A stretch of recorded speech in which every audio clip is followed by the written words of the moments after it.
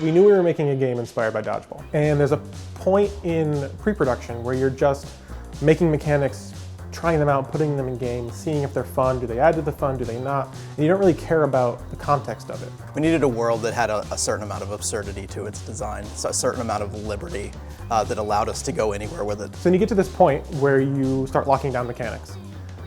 You know what your game feels like, you know what it plays like, and now you need that context. We tried sci-fi, we tried fantasy, we tried a lot of stuff. The art team had a challenge where they had to figure out, okay, so then how do we make this, playful, colorful art style where that all makes sense, but we can still create badass looking cosmetics and cool moments where you feel really skilled and athletic while you're doing so. That's when Eric, our narrative director, came up with the idea of Knockout City. And this is gonna sound really dumb, but I swear it's true.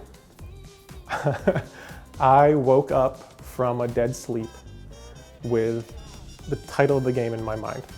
And I was just saying the title in my head over and over and over again, and I was like, I just couldn't fall asleep. So I reached over, grabbed my phone, wrote it down, sent it to myself, and then tried to go back to sleep. And I just couldn't. I just kept saying it over and over again in my head, which hopefully usually means that you found something interesting and something that's worth sharing. So I went into work the next day. I didn't tell anybody. I needed to collect my thoughts and get everything together before I showed everybody. So I was at my computer working on a mock-up for the title of the game. And anytime anybody walked by my computer, I would hide it because I didn't want them to see it yet. As soon as this idea of Knockout City came around, it put our game in a place, and it gave us this phrase that we started using to justify all of our game mechanics that didn't seem to fit together super well, which was, that's Knockout City, baby. Why do characters ball up and roll around on the ground? Hey man, that's Knockout City, baby. Everyone's driving around in hover cars. Why is there a bridge in a city street? That's Knockout City, baby.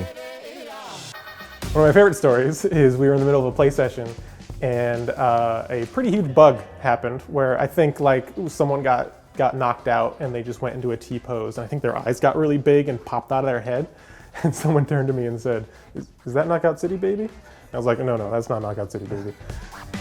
Knockout City is a universe aside from our own. It's not our future, it's not our past. Guns never existed in Knockout City. They didn't do away with guns and replace them with dodgeballs. They just never existed. Dodgeballs have always been around. Something that we really cared about with Knockout City was that it was a city that was worth fighting for. It's a city that you want to visit, that you want to be a part of and live in.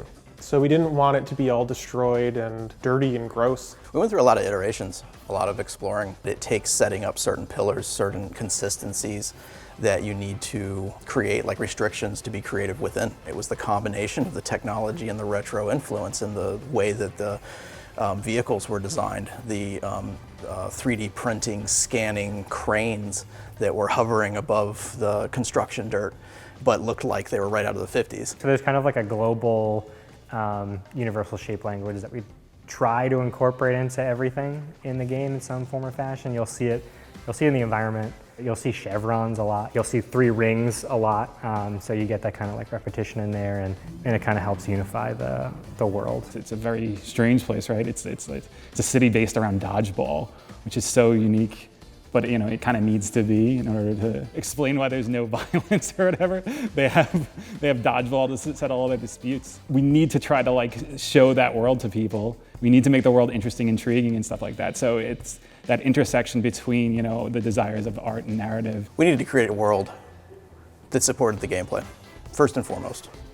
A lot of the gameplay is getting KO'd off the edge of a building, off the edge of a ledge, off the edge of a floating platform.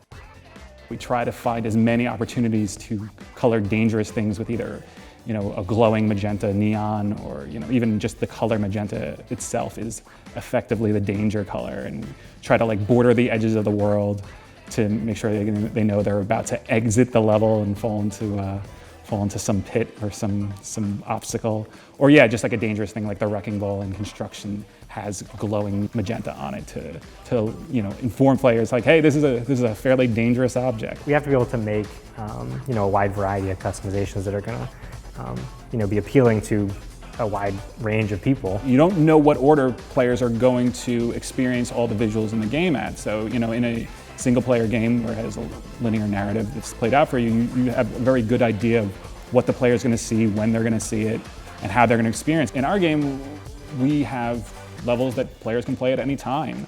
So we have to sell the narratives through smaller, world-building storytelling things. It could be something as small as graffiti on the wall. I like to say they're glancing details. The action in the game is fast, it's frenetic.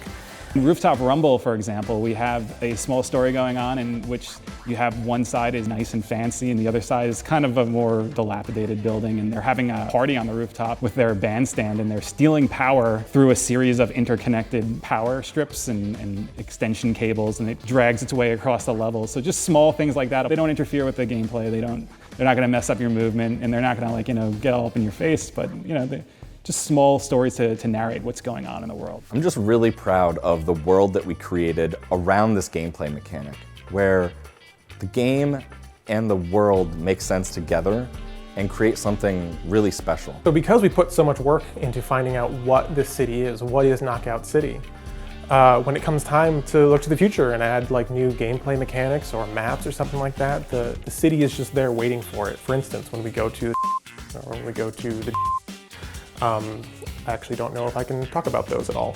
But anyway, when working on this game and continuing to make stuff for it to this day, we're constantly being asked this question of how does it fit?